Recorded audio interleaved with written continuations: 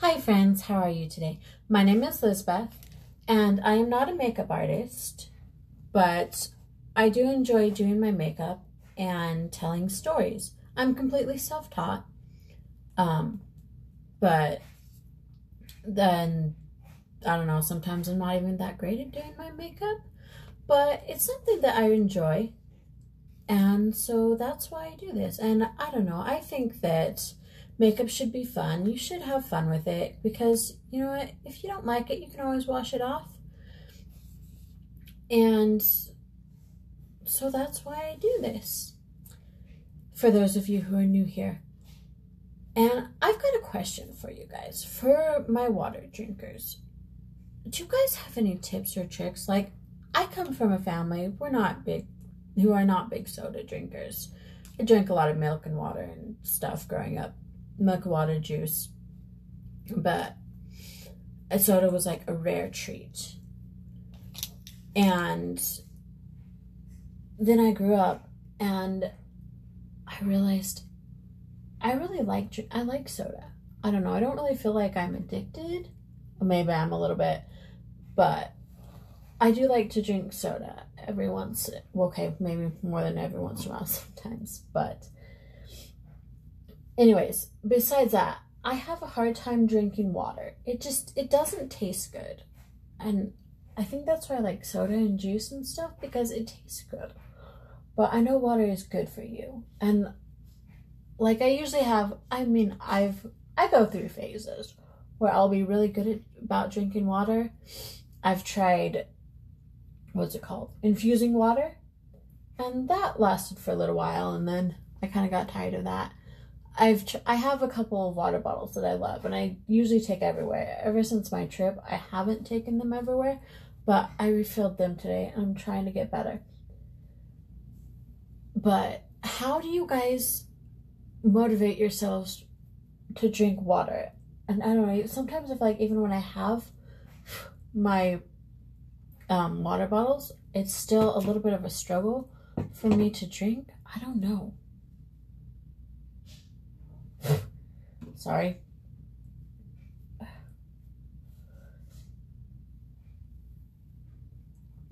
Or maybe it's just me. Do you guys have any good tips, tips, anything? Just suck it up and do it. But yeah. Alright, so I found a fun story. So I like true crime. I don't know, sometimes I even like paranormal stories. They freak me out. But sometimes I do like them, or they interest me. But there comes a point where I need a little break from them because I start feeling like super paranoid. And okay, I think a little paranoia is good because there's a lot of weird people. There's a lot of weird things out there. So I feel like it's safe to be a little bit paranoid. But when I start like just freaking myself out at the littlest sound, I realize I need a break from the stuff that freaks me out a little bit. Anyway, so I've been reading actually kids' Halloween stories more lately. They actually have some really cute Halloween stories, and I can't find a lot of really cute like grown-up stories. Most of the Halloween stories I've actually found are older, or like for grown-ups are older, and they're a bit spooky, which is fine. I'm not saying anything bad about that. I'm just saying sometimes I need a break from a little spooky. So I found this story and I thought it was pretty cute. It's called Zombie Town. And also, I'm not a huge zombie fan. I've never seen The Walking Dead. I know. And I don't typically have anything to do with zombies, or I typically just leave the zombie literature and shows alone. But I thought this story was pretty cute. It's about a boy named Elroy, and this is his story. It starts off, I wasn't always like this. so brave, I guess. But it was this crazy thing that happened, and it changed everything for me. And I'm a little different now. Let me tell you about it. But I'll have to start from the beginning. I used to be scared of everything. Or of a lot of things. If there was a scary movie on TV, I would cover my eyes and ask Mom to change the channel. On Halloween, I used to pretend that I had hurt my leg so that I didn't have to dress up and walk around my neighborhood. It wasn't that I thought monsters were real. It was just the sight of seeing all these crazy outfits with the sun going down. It just gave me the heebie-jeebies. And I don't know, maybe I thought that, and my mind kind of played tricks on me, so it kind of looked like there were monsters out there.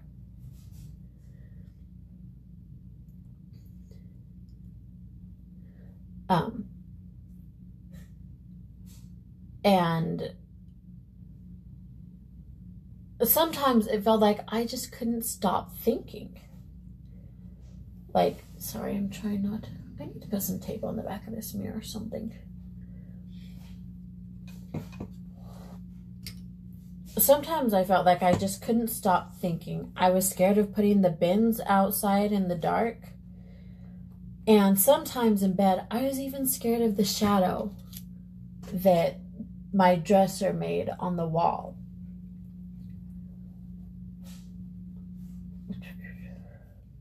I knew that there was probably nothing there, and there was nothing that should make me feel afraid, but I couldn't help it. My heart just beats fast, and I would imagine things. Mom and Dad were pretty good about it. Mom and Dad knew all about it, and they were pretty good to me. They thought they could make me feel better by saying, "Don't worry, Elroy. Your imagination is worse than reality, or is worse than real life ever is."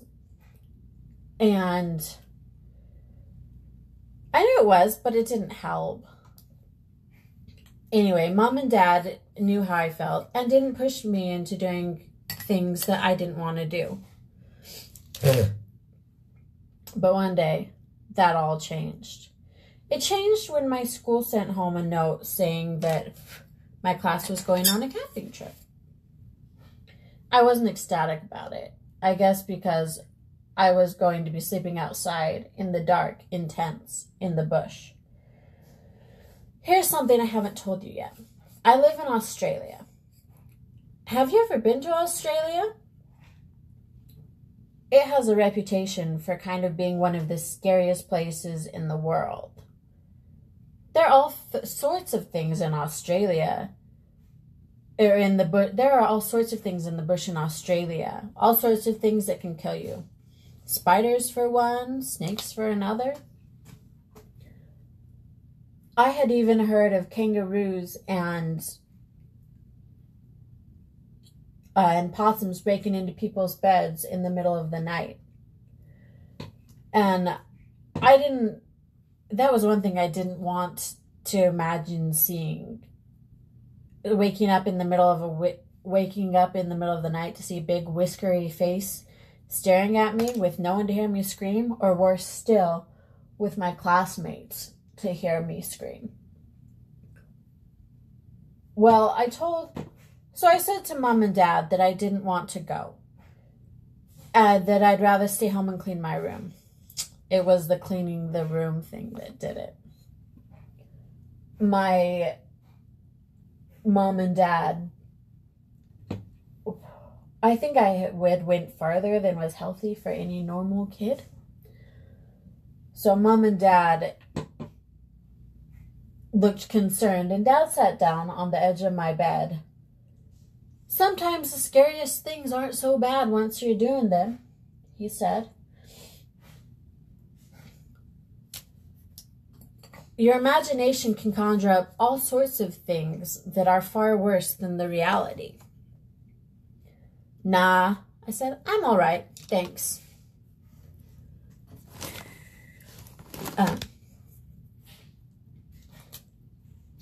But Mom and Dad didn't take my response as I'd hoped. They exchanged glances.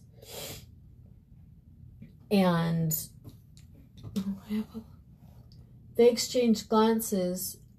then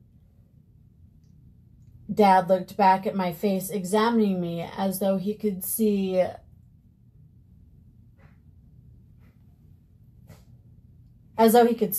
something in it than what I'd said. I felt my face go red, and then I looked away. After a big pause, Dad finally said, I think it's best that you go.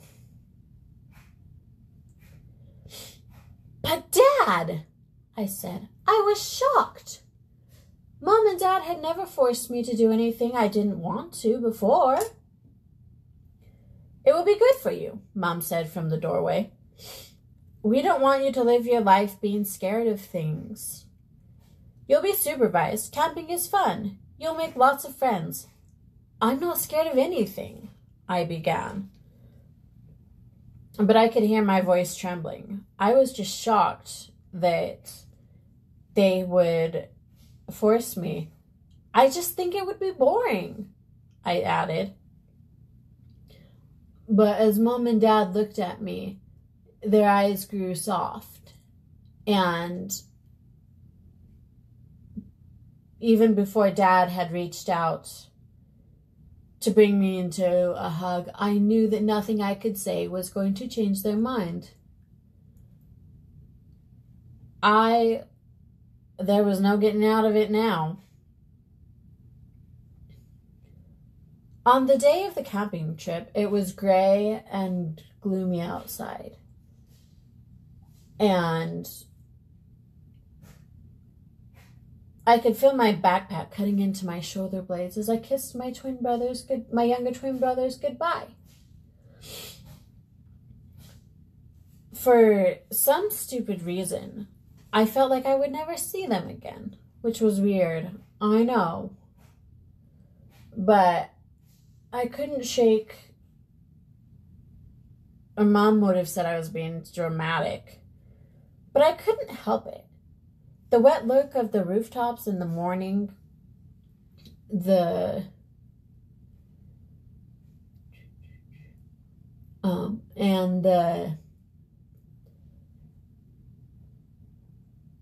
sharp smell of asphalt on the road, the call of a crow, it all felt ominous. Of course, my brothers were only 3 and they were too young to notice anything.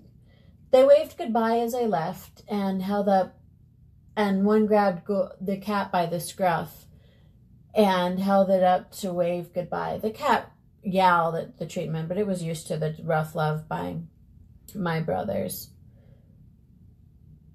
And I thought, at least I'm not a cat stuck at home with my little brothers. Maybe Mom and Dad were wrong. Maybe reality was far worse than my imagination. I straightened my back and left them, ready to face my fate like an adult.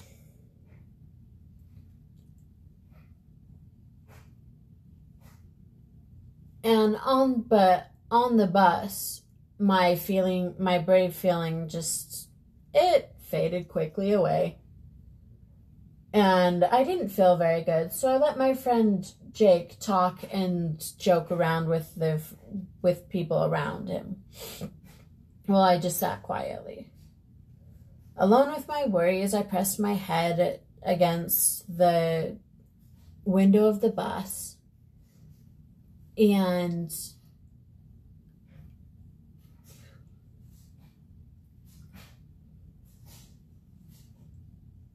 felt the vehicle rattle over every pothole in the road.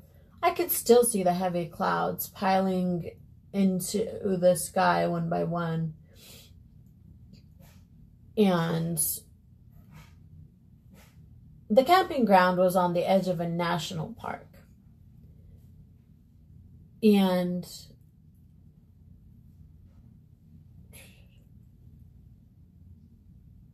I'm liking this kind of reddish look. Sorry, side note.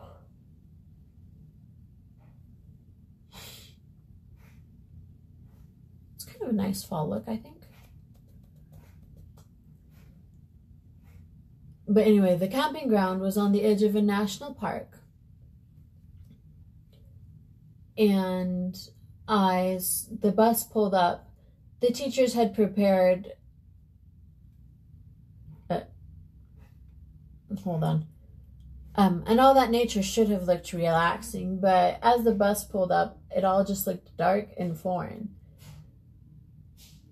Jake turned around and offered me a raisin in the box that his parents had packed.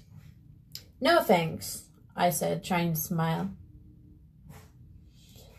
More for me, he shrugged and hit me on the arm, smiling. Jake was small, and his dark eyes twinkled. He didn't understand always being scared of things because he was always so happy.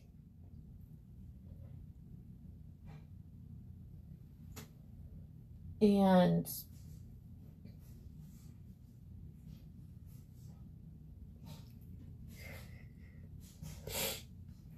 I looked around me as we stepped off the bus and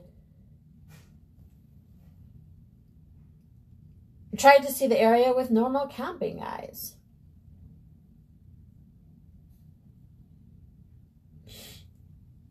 Jake...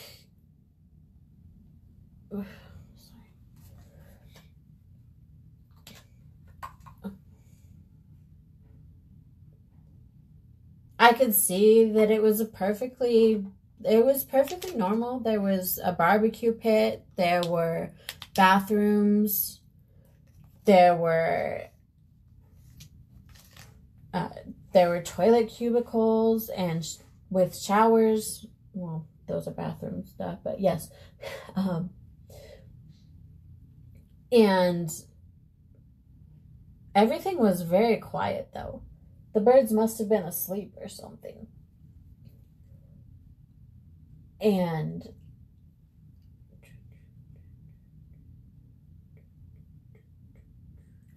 sorry. So I'm looking around and everything looks normal, quiet but normal. I put my tent next to Jake and started to put my sleeping things out. The day remained heavy.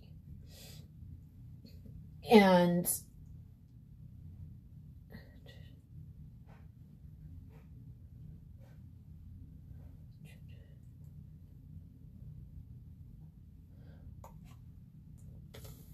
it felt like the place was holding its breath for something.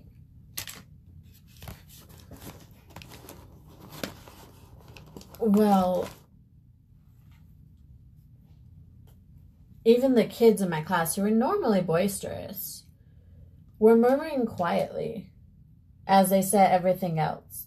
After they were finished, I smelled sausages and saw that the teachers had made lunch for us. We ate them with bread and ketchup, hot and delicious. It settled me a bit, and I started to feel a bit better. Then the teachers told us that we could go swimming for the afternoon or take a nature walk. Most of the kids wanted to go swimming, so I decided to go on the nature walk. And the murky brown water of the river hid all sorts of creatures that could bite me. And so Jake decided to go on the nature walk too, as well as 2 other boys. And Mr. Masters, the music teacher, was leading it. And Mr. Masters was... Oh, and secretly, I also wanted to go on the nature walk so that I could see what animals were out there, so I could identify what sounds they made in the night. Mr. Masters seemed pretty happy to be on the bushwalk.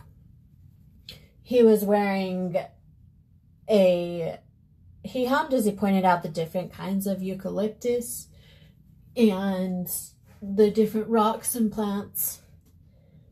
And he wore sandals I'd never seen him in before.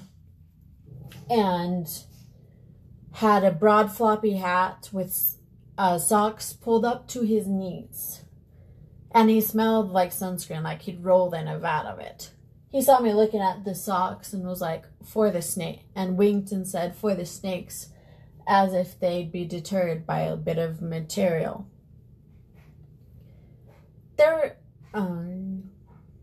Jake was asking Mr. Masters all sorts of questions about, as we went on this walk, that Mr. Masters was all too happy to answer.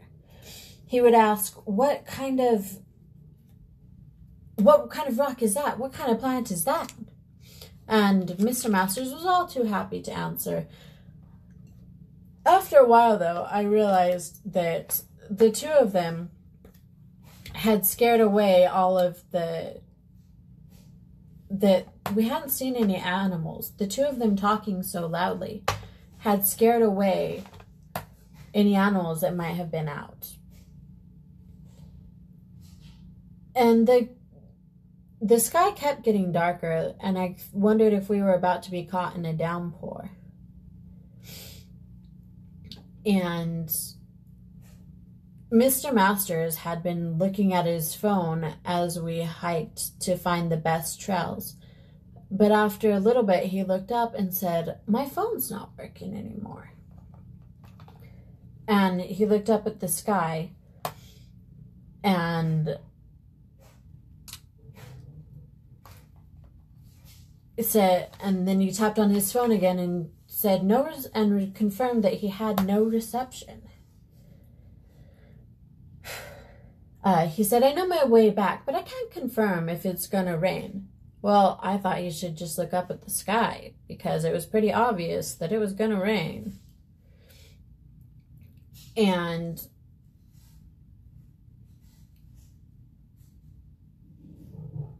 so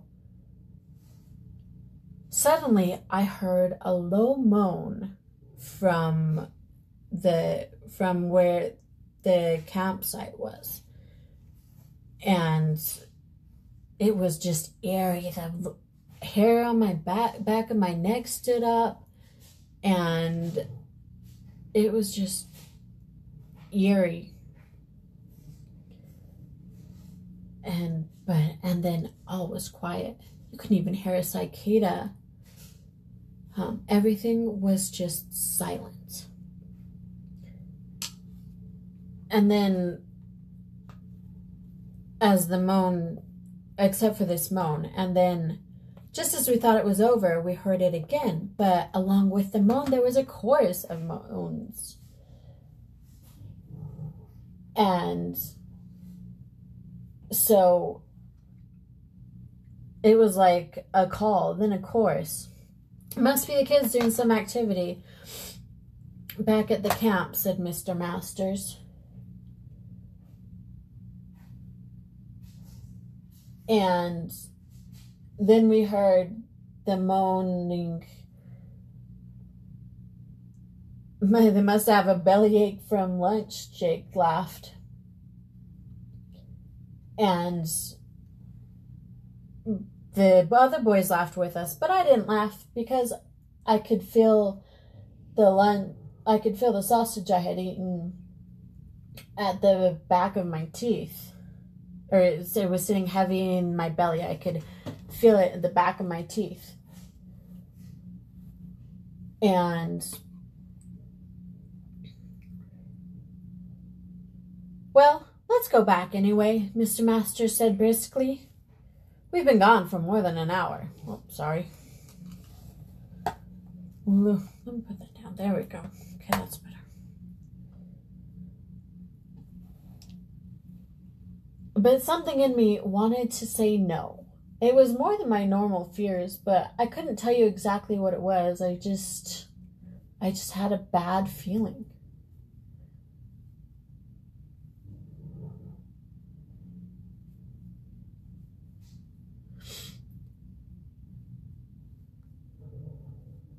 I feel like... Anyway. So we headed back, and as we got closer, I was still feeling scared, but I said to myself, toughen up, Elroy. Now's your chance to show how brave you are, or how normal at least. So we kept heading back, and as we got closer, we began to hear all sorts of other sounds too. We could hear screaming and we could hear moans and sounds like things were being broken, as well as kids screaming. Aren't they having a great time? Mr. Masters smiled at us. Then suddenly there was a great splashing sound, as if 100 people were running headlong into the river at once. Mr. Masters looked confused for a sec, but then he was like, they must be doing water activities. Those were the strangest water activities I'd ever heard, if that was the case. And I felt my feet dragging slower and slower as we got closer to the camp. And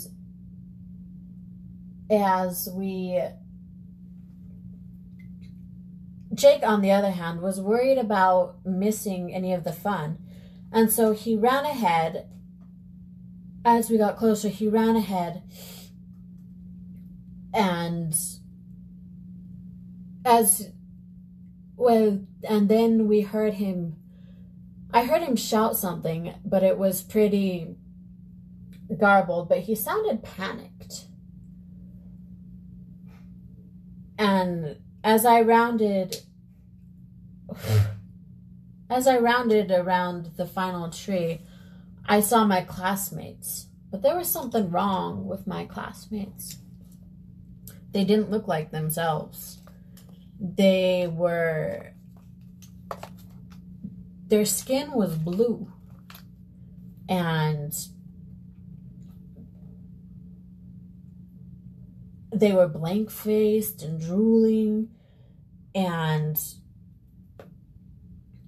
their arms were loosely by their side, and when they saw me, in unison, they all made this horrible groaning sound and started towards me. Oh, that was too much.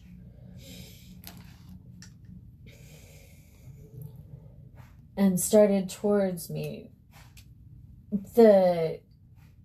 Slowly shuffling towards me. The good thing about zombies is they don't move very quickly. And so they were just slowly shuffling towards me.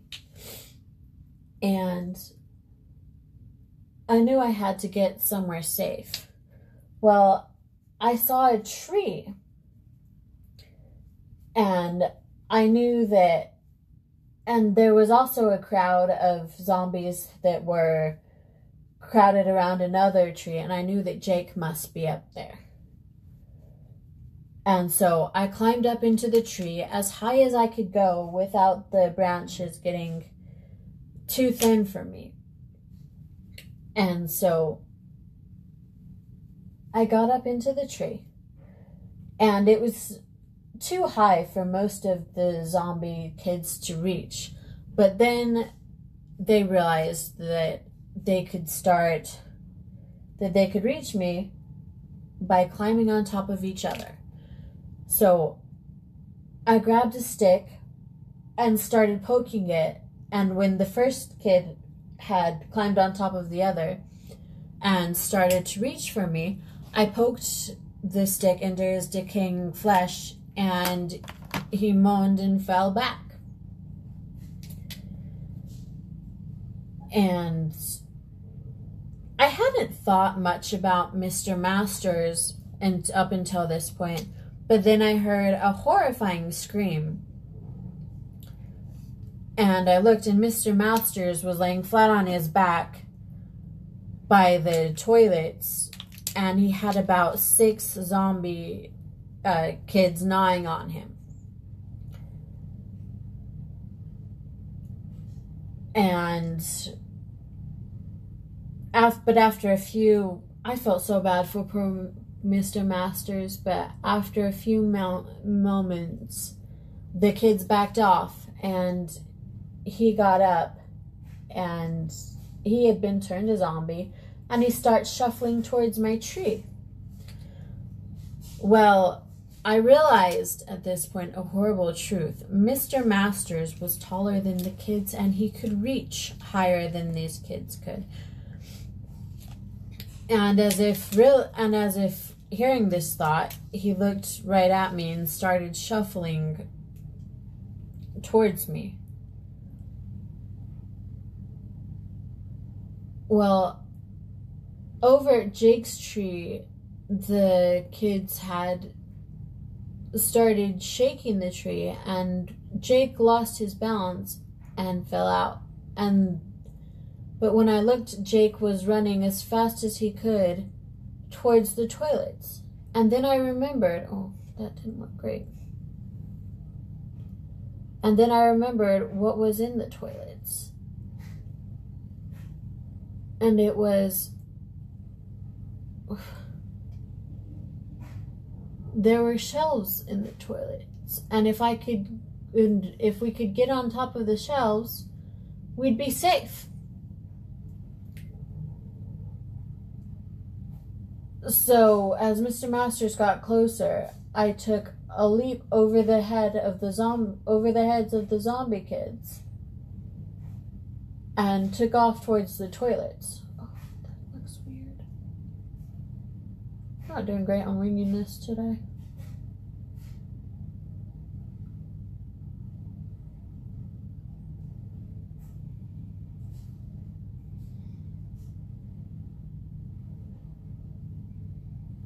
It doesn't look terrible though. I'll take it. Anyway, so I start running. So I leap over the heads of the kids and I start booking it towards those toilets. And I get in there and Jake is...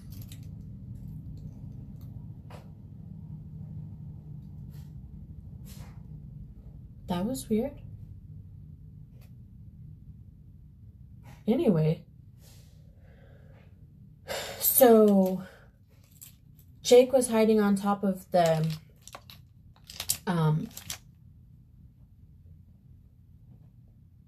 shelves in the toilets. And so I climbed up to join him and he said, "Kick away the shelves." So I kicked away the shelves, and when the zombies came in, they couldn't reach us through the shelves. So we were safe for now, and we probably spent hours just kicking away every zombie that tried to come close. And where is that? Sorry. There we go, there you are.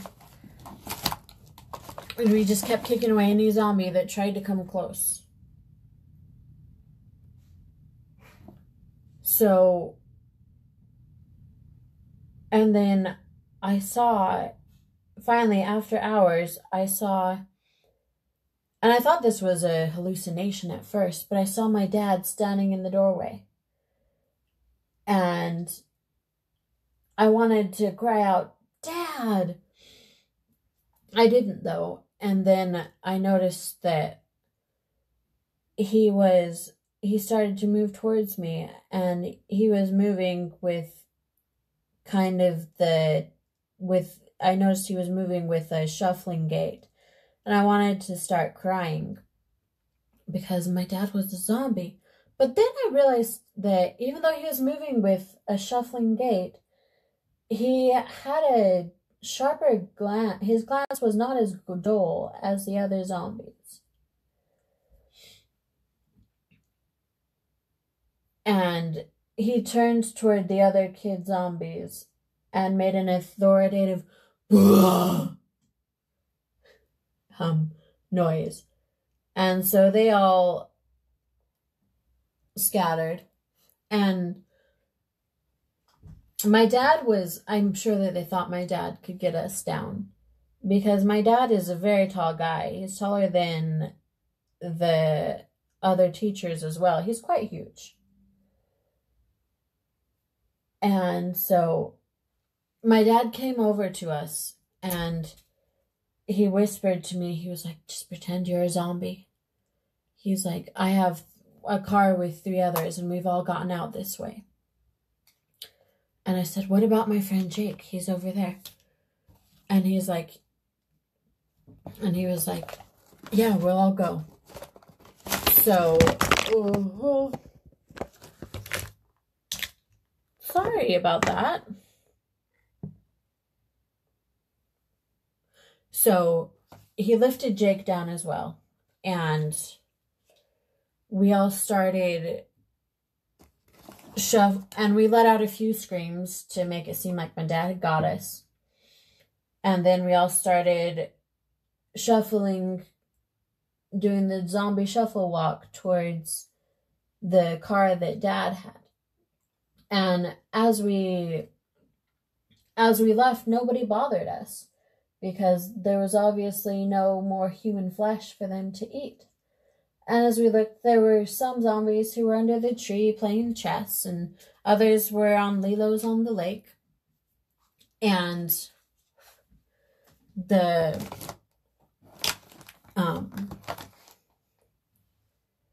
and some were talking to each other through their, even though it was a little awkward because a lot of their lips and teeth were falling out. But they looked pretty normal. And so, and none of them paid us any mind as we got to the little 4-wheeler that I'd never seen Dad drive before. But then I saw that our English teacher was in the back seat as well as a couple other kids. And our English teacher was sweaty, and her gray hair was, a piece of her gray hair was sticking to her face. And so my dad got us to the car, and we started driving away. And nobody pursued us as we got onto the freeway and slowly started accelerating. And as my dad was driving away, I was like, Dad, what happened? Is everybody at home okay? And he just quietly said, everybody at home is fine, Elroy. And as we were driving along, I noticed our English teacher make a barking sound exactly like a dog. She quickly tried to cover it as a cough. But I looked back and I noticed that she had a green zombie bite on her arm. And I looked at my dad, and by the way he was fixated on the road, I knew that he had heard it too.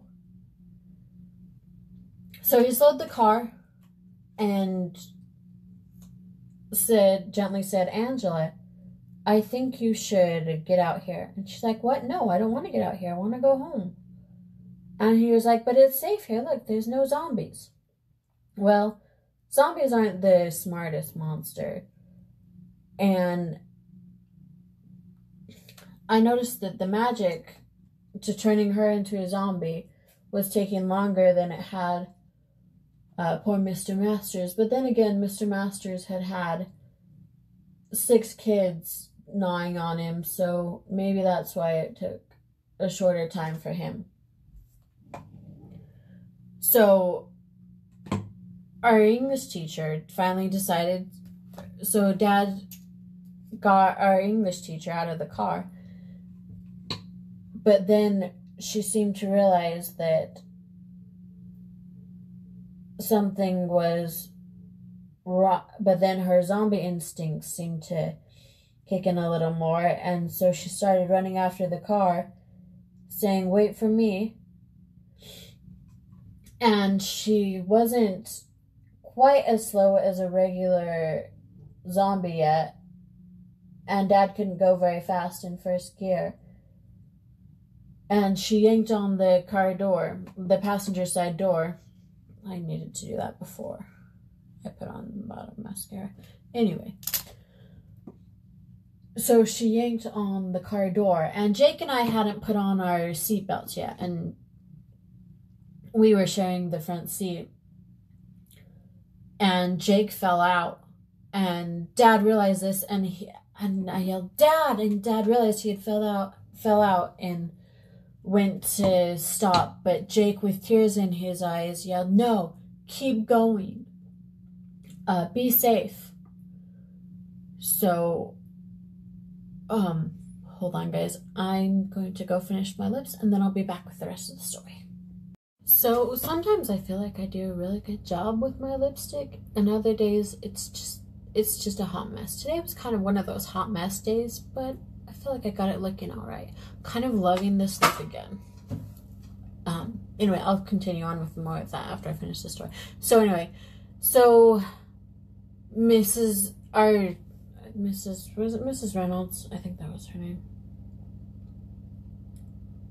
The English teacher, whose name is Mrs. Purdy, was running after us and grabbed the front seat, the front passenger door seat, and Jake and I had forgotten to put on our seatbelts, and I think I've already said this, but anyway, he fell out, and I yelled at my dad to stop, but Jake looked up at us with tears in his eyes and said, "Go, be safe." And then Mrs. Purdy was on him, and she bit him. So we had to leave my best friend behind to become a zombie. And as we were driving away, and then we dropped the other kids off safe at the library, and then we drove home, and I asked if everyone was okay, and Dad was like, "Yeah, I left them all home, and we'll talk about what we're gonna do and where we'll go." And he's like, "The windows and the doors are locked." So hold on just a sec. So you ever have those slip days where you're telling yourself, or you know, those just days where you're telling yourself to leave something alone on your face, but you gotta fix it, and you just keep making it worse. You're like, "No, leave it alone, but I gotta fix it." That was just me a second ago anyways. Cricket. Still gonna bug me. Leave it alone. You're fine. So Mrs. Purdy had bitten my best friend Jake, and hold on. And we had dropped the other kids off at the library, and then we drove home, and Dad said the rest of my family was home, but the windows and doors were locked. And so we got home, and Dad knocked on the door, and he said, "Matilda? Matilda, it's me." And then there was a laughing sound from inside, and my two little brothers opened the door. But I looked at them, and they weren't the little brothers I had left. They were zombies. And so sweetly, they pulled my hands, and they pulled me a hand and led me into the lounge room, and they made me pet Goldie, and I realized that parts of Goldie's fur were falling out. And the twins were crooning over her, and I wanted to cry.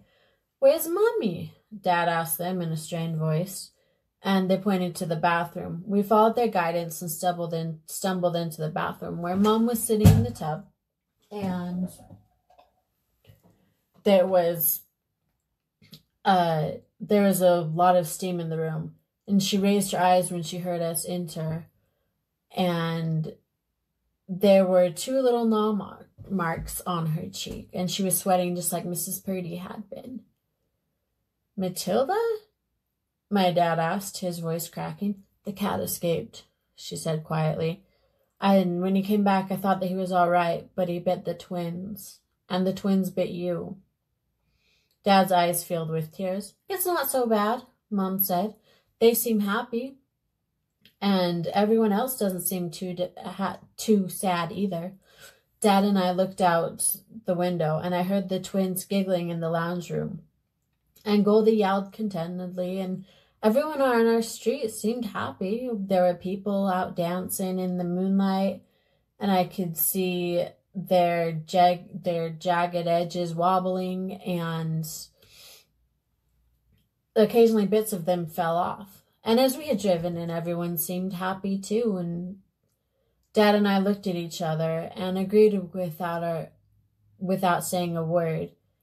And we each of us held out our arms to Mom, and peacefully she smiled, kissed our skin, and then gently bit down on us. So they become zombies too. And it just becomes a happy zombie town, I guess. I thought that story was pretty cute. I don't know what the moral is, but I thought it was a pretty cute story. And I'm really liking this look. I feel like it looks pretty fallish, and I was going to do another look today. I kind of wanted to do a Halloween-y look that I've wanted to do for a while, but maybe I'll do that tomorrow, because I'm liking this look. My lips are looking better as I look at them. I'm a little bit of a perfectionist with certain things, or maybe a little OCD. And so sometimes I'll see something and I've got to make it a certain way, but sometimes it just doesn't work that way. And I've got to realize this is okay. Maybe one day I will. You never know. But anyways, I hope you guys enjoyed this story. Sorry, I know this was a long video. I meant to make it shorter than it was. I feel like sometimes I can do short videos and just have a good look and a good story, and then do short story and I have a short video, it would be fine. And other days it's just a long video. But anyways, I hope you guys enjoyed, and I hope you enjoyed watching the look and hearing the story. And please have an amazing day, and please remember to be kind and respectful with people. Be kind and courteous, because everyone has a story and we don't know what it is. So a little bit of love and compassion and respect make the world a much better place, and we should all try and make the world a better place than we found it. So I hope you have a wonderful day today, and I will see you next time. Bye!